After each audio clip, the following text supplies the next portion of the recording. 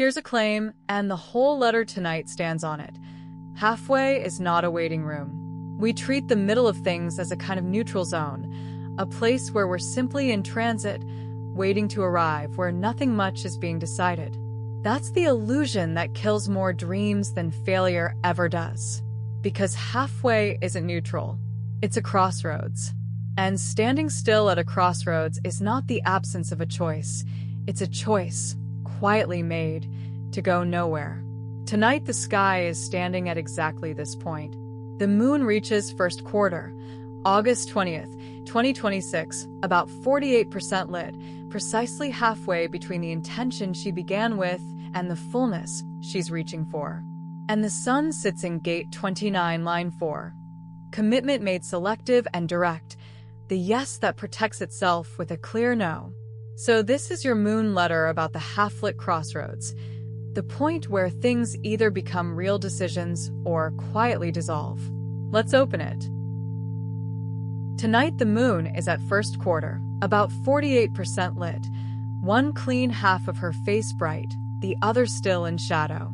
It's one of the most striking shapes in the whole cycle, that perfect vertical line down the middle, and it marks something real. She's exactly halfway. Halfway from the new moon dark she started in, halfway to the full moon she's climbing toward. And here's what she's demonstrating at this midpoint.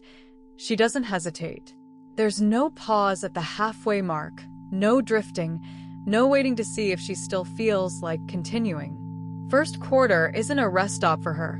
It's a phase of active pushing, the point in her cycle most associated with tension and forward force. The light doesn't coast to full. It has to be driven there, half by half, against the pull of the dark. She's showing you that the midpoint is not where you wait. It's where you push. That the second half of anything isn't earned by momentum from the first half. It's earned by deciding, right here at the crossroads, to keep going on purpose. The energy tonight is tension, the productive, uncomfortable tension of a decision point. First quarter is classically a phase of friction.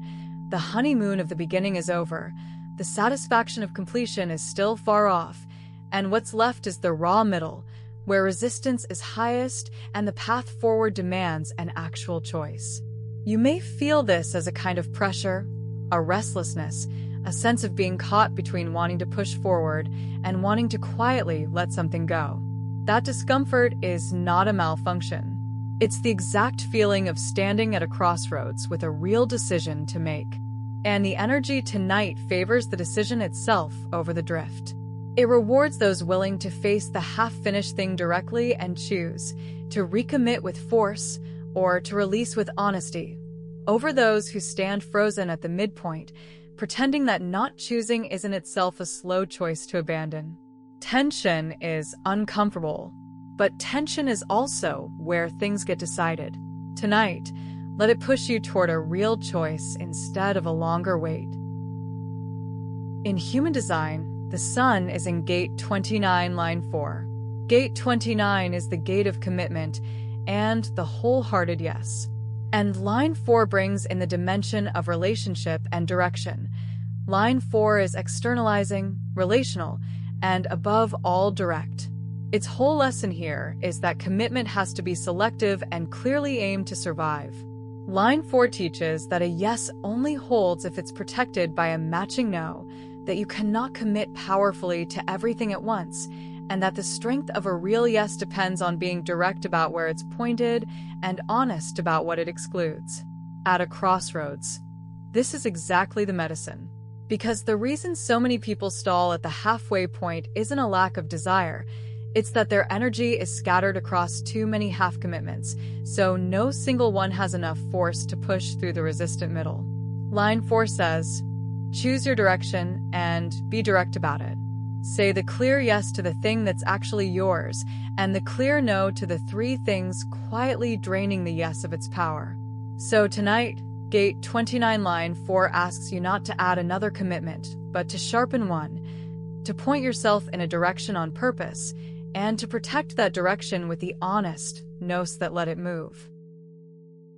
So let's understand why the halfway point is where most things quietly die, because if you can see the trap clearly, you're far less likely to fall into it. The first reason is emotional. By the midpoint, the excitement of the beginning has completely worn off. Starts are exhilarating. The fresh idea, the clean slate, the vision of who you'll become. That excitement carries you through the early stretch almost for free. But it's a fuel that burns off fast, and by the halfway mark it's gone. What you're left with is the thing itself, stripped of its glamour, and a lot of people mistake the disappearance of excitement for the disappearance of the reason to continue. Second, the reward of the finish isn't close enough yet to pull you. At the end of a thing, the finish line itself becomes a powerful magnet. You can see it, taste it, and it drags you forward. But at the midpoint, the finish is still too distant to exert that pull. So you're caught in a dead zone. Too far from the start to coast, too far from the end to be pulled. No push from behind, no pull from ahead. Third, the messy middle offers no applause and no clear proof. Beginnings get celebrated. Endings get celebrated. The middle gets nothing. There's no milestone, no recognition, often no visible evidence that your effort is even working yet. You're doing the hardest, least glamorous work in total silence, with no external signal that you're on the right track, and that silence is profoundly demoralizing. And fourth, the cruel timing of it all. Resistance peaks exactly where your momentum feels weakest. The middle is where the work is genuinely hardest. The initial problems have surfaced, the real difficulty has revealed itself, and it arrives precisely when your excitement is lowest and your finish is still far. Maximum resistance, minimum fuel at the same moment. That's not bad luck. That's the structure of the middle for everyone every time, which means the halfway wall isn't a sign you chose wrong. It's the exact place the thing was always going to get hard, and the exact place most people, not knowing that, decide to quit. So, if you're standing at a halfway crossroads tonight, what is it actually asking of you? For honest questions in order. First, is this still yours, or are you continuing out of pure habit? Not every stalled thing deserves to be pushed through. Some things stall at the midpoint because they were never truly yours, or because you've genuinely outgrown them, and the honest move is to release them, not to force them. So the first question is real, and it cuts both ways. When you strip away the sunk cost and the guilt, do you still actually want the thing on the other side of this? A clear, honest no here is not failure. It's freeing the energy you were spending to drag a corpse. Second, if it is still yours, what needs a clear no to protect it? Assuming you do want it, the reason it's stalled is almost always that its energy is being bled by competitors, other commitments, distractions, half-yes splitting your force. The crossroads asks you to name what you'll cut directly so the thing you're keeping can actually get enough of you to move. Third, what's the honest next push, not the fantasy leap? At the midpoint, we often freeze because we're imagining the entire remaining distance at once, and it's overwhelming. The crossroads doesn't ask you to leap to the finish. It asks for the next real, concrete, unglamorous push, the specific action that moves you from 48% to 49%. Name that, not the fantasy. And fourth, the deepest one. Are you willing to actually decide, knowing that standing still is also a decision? This is the question the whole night turns on. You will make a choice tonight whether you consciously make one or not, because continuing to stand frozen at the crossroads is itself a choice, the choice to let the thing slowly dissolve. The only real question is whether you'll choose on purpose, with your eyes open, or by default, by drift. One of those you can be proud of. The other just happens to you. So how do you actually push through the middle, practically, tonight and in the days after? For moves built for the halfway wall specifically. First, recommit to the goal out loud, as a decision, not a wish. There's a real difference between wishing a thing would happen and deciding that it will. A wish waits for motivation. A decision creates action regardless of mood. So if the thing is still yours, don't just vaguely intend to keep going. Actually decide, and say it plainly, out loud if you can, I am finishing this. That verbal act of commitment is not a small thing. It converts a fragile hope into a stake in the ground you can return to on the hard days. Second, cut one thing that's competing with it for your energy. Don't try to add more discipline on top of an overloaded life. Subtract instead. Find the one commitment, habit, or distraction that's most directly stealing energy from the thing you're recommitting to, and cut it cleanly tonight. One clear subtraction does more for a stalled goal than 3 new resolutions. Third, trade motivation for structure. Decide once instead of deciding daily. The reason the middle is exhausting is that you're remaking the decision every single day, and each day's fresh negotiation with your own reluctance drains you.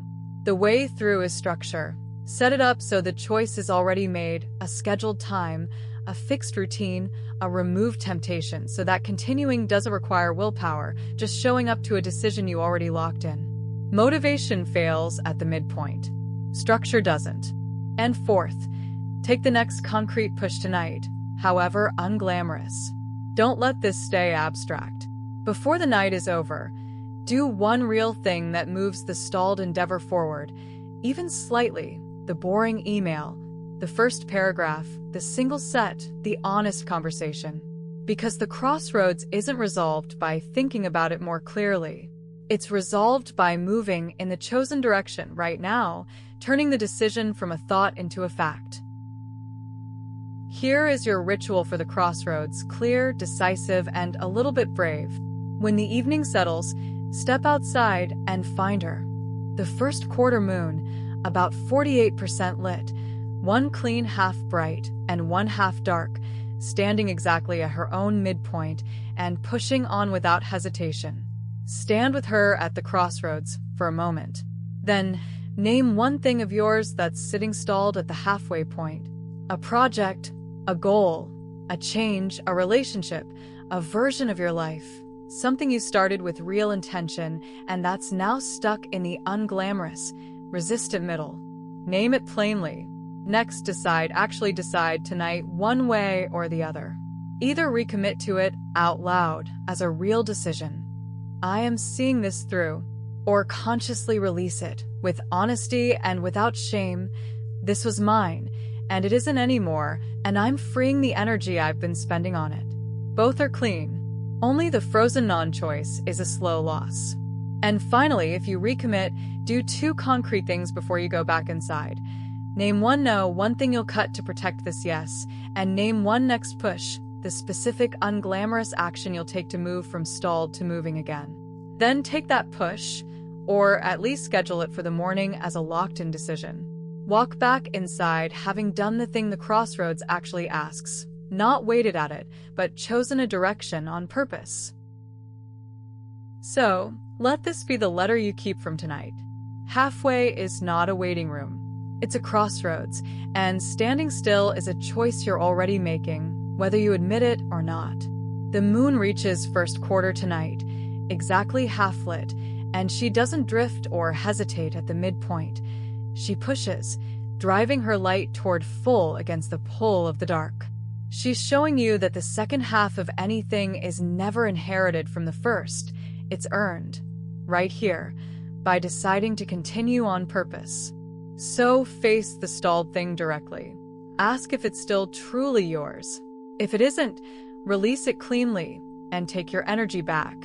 And if it is, recommit like you mean it. Cut the one thing draining it. Replace fragile motivation with solid structure, and take the next real push tonight. The excitement is gone, the finish is still far, and no one is applauding the middle. That's exactly why so few make it through. Be one of the few. Choose your direction at the crossroads, and drive your light toward full, half by half, decision by decision, the way the moon does it every single month. Thank you for standing at the crossroads tonight and choosing on purpose instead of drifting past it. A new letter from the sky arrives every single day, and as the moon pushes on from first quarter toward gibbous, the days ahead are about driving a chosen thing steadily toward full. Until then, protect your yes with a clear no, trade motivation for structure, and keep taking the next honest push.